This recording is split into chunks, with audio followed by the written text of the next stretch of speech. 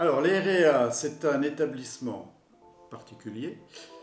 EREA, ça veut dire établissement régional d'enseignement adapté. Il n'y en a qu'un seul dans les Vosges, il y en a deux dans l'académie. C'est d'abord un EPLE, c'est-à-dire établissement public local d'enseignement du second degré, qui se compose d'une partie collège, qui est restreinte puisqu'il s'agit d'une SECPA, la 6e ou la 3e,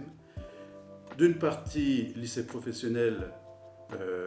dans laquelle nos élèves et des élèves de l'extérieur peuvent suivre des cours pour une formation professionnelle niveau CAP, jusqu'au CAP. La spécificité de l'EREA, c'est que cet établissement possède un internat éducatif qui accueille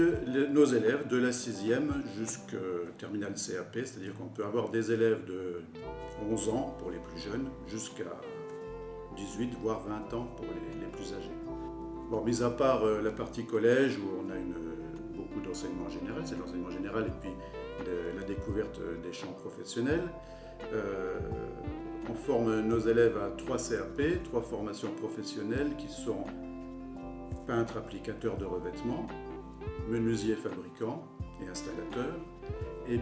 des agents de propreté d'hygiène. La différence entre notre internat et un internat scolaire qu'on peut trouver dans les lycées, c'est le fait que les élèves sont pris en charge et sont suivis par des éducateurs, des professeurs des écoles, éducateurs en internat et des éducateurs spécialisés. Ces éducateurs suivent nos jeunes toute l'année, sur plusieurs années même, et proposent des activités hors temps scolaire, en soirée et les mercredis après-midi. En ce qui concerne les élèves de la partie collège, donc en SECPA, ils sont orientés comme pour les autres élèves de SECPA dans les collèges du département, enfin de l'académie de partout.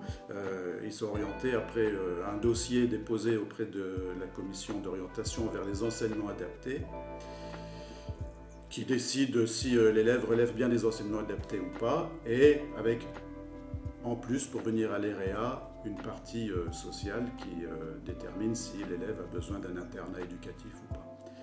Pour les élèves de CAP, alors eux, ils sont affectés dans notre établissement après avoir fait des vœux suite à la 3e, en fin de 3e, pour des vœux d'orientation en formation professionnelle vers des CAP publics prioritaires. Et c'est une commission de CAP public prioritaire qui étudie les dossiers en fonction des points obtenus, qui décide des élèves affectés dans nos formations. Bien vivre pour mieux apprendre, puisque je pense que nos gamins qui arrivent ici sont pour beaucoup en difficulté scolaire bien sûr, mais aussi en difficulté sociale, présentent des difficultés familiales et autres, et ces difficultés-là les perturbent sérieusement, et je pense que pour mieux les stabiliser et les rendre plus disponibles aux apprentissages, il faut d'abord passer par la case accueil, la case bien-être, se sentir bien, dans une bonne ambiance pour pouvoir être disponible plus détendu, et en classe aussi, et plus concentré, pour pouvoir ensuite apprendre mieux apprendre, bien-être pour mieux apprendre. Bien-être, ça passe par les aménagements extérieurs, des aménagements intérieurs, refaire les salles de classe pour qu'elles soient plus agréables, le cadre de vie, planter des arbres, semer des fleurs, voilà, des petites choses qui ont l'air tout à fait anodines, et puis quelquefois qu'on peut penser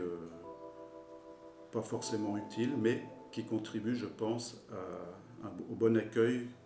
que j'espère pouvoir offrir à nos élèves.